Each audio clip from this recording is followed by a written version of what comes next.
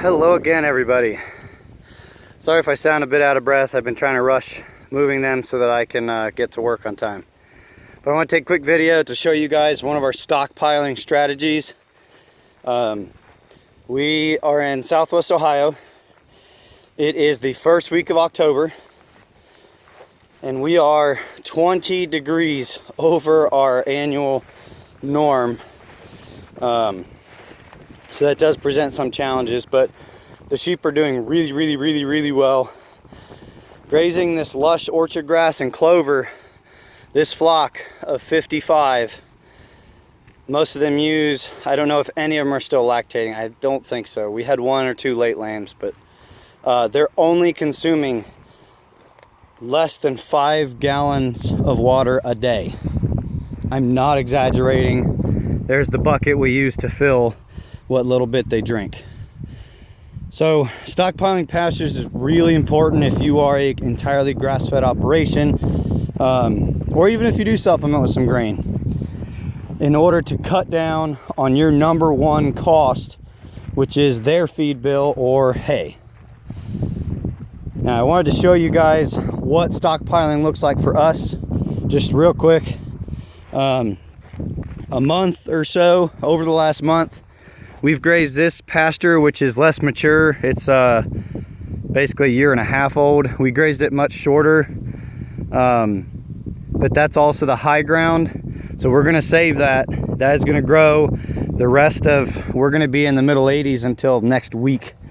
So soil temps are gonna be great. We're gonna have a extended growing season, unless we get a super early frost, which would be really frustrating. But anyway, that's high ground. That's going to be used for late winter, so that's going to have a bunch of rest.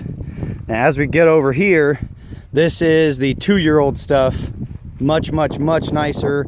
It's got switchgrass, really good looking orchard grass, persist variety for those of you wondering.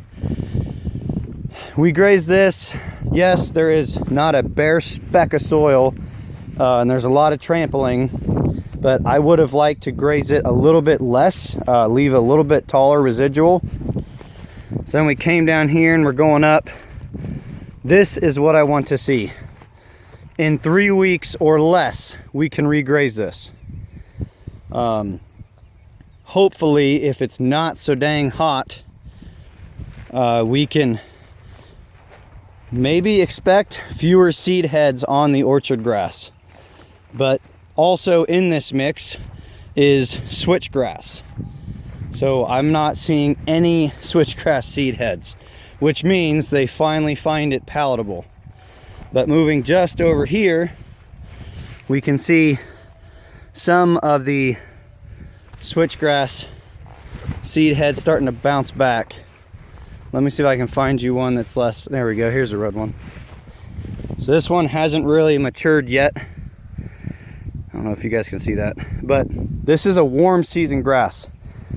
So it already helps us to leave a lot more residual, because we don't want to graze that all the way down until, until we get into winter and that warm season grass has gone dormant. What does dormant mean for plants? Basically, it stops growing and it sends all of its energy down into the roots. So then it is safe to graze it much closer. Now, we still don't have cattle. Hey, birds. What's good for the bird is good for the herd. This flock of birds follows the sheep up and down the pastures. It's really neat. We're definitely doing something remarkable here. But anyway, I don't want to leave any bare spots. Yes, bare spots do present an opportunity, if you're an optimist, to throw down some cool season cover crops, as we did in a couple spots over here. And it's really rich, and it helps to build soil, but you still had that short setback when you exposed bare soil to freezing temperatures. And then really pounding rains in the spring. This builds soil very quickly. This is wonderfully lush orchard grass. Again, with some switchgrass mixed in here. This is a switchgrass blade. Come on, focus. There we go.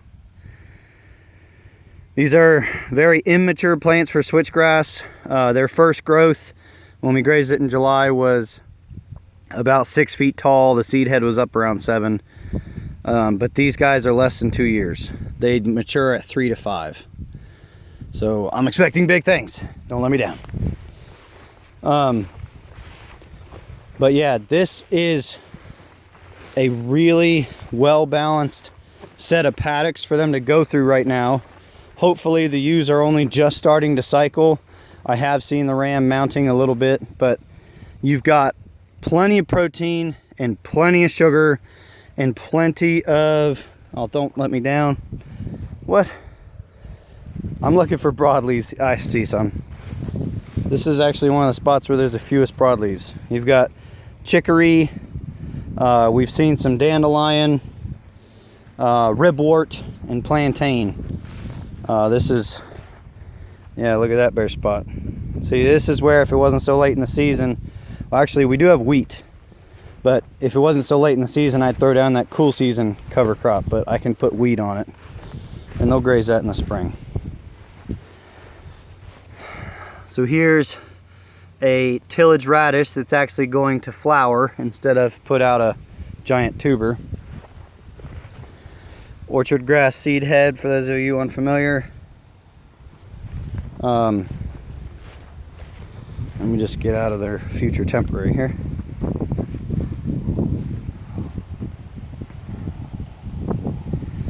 So things are looking really, really good on our farm. We are desperately trying to save up enough money to get cattle. As sheep love the broadleaves and legumes or legumes, cattle really, really will thrive on all this grass. So if anyone has any questions about stockpiling, please comment on this video. Take care.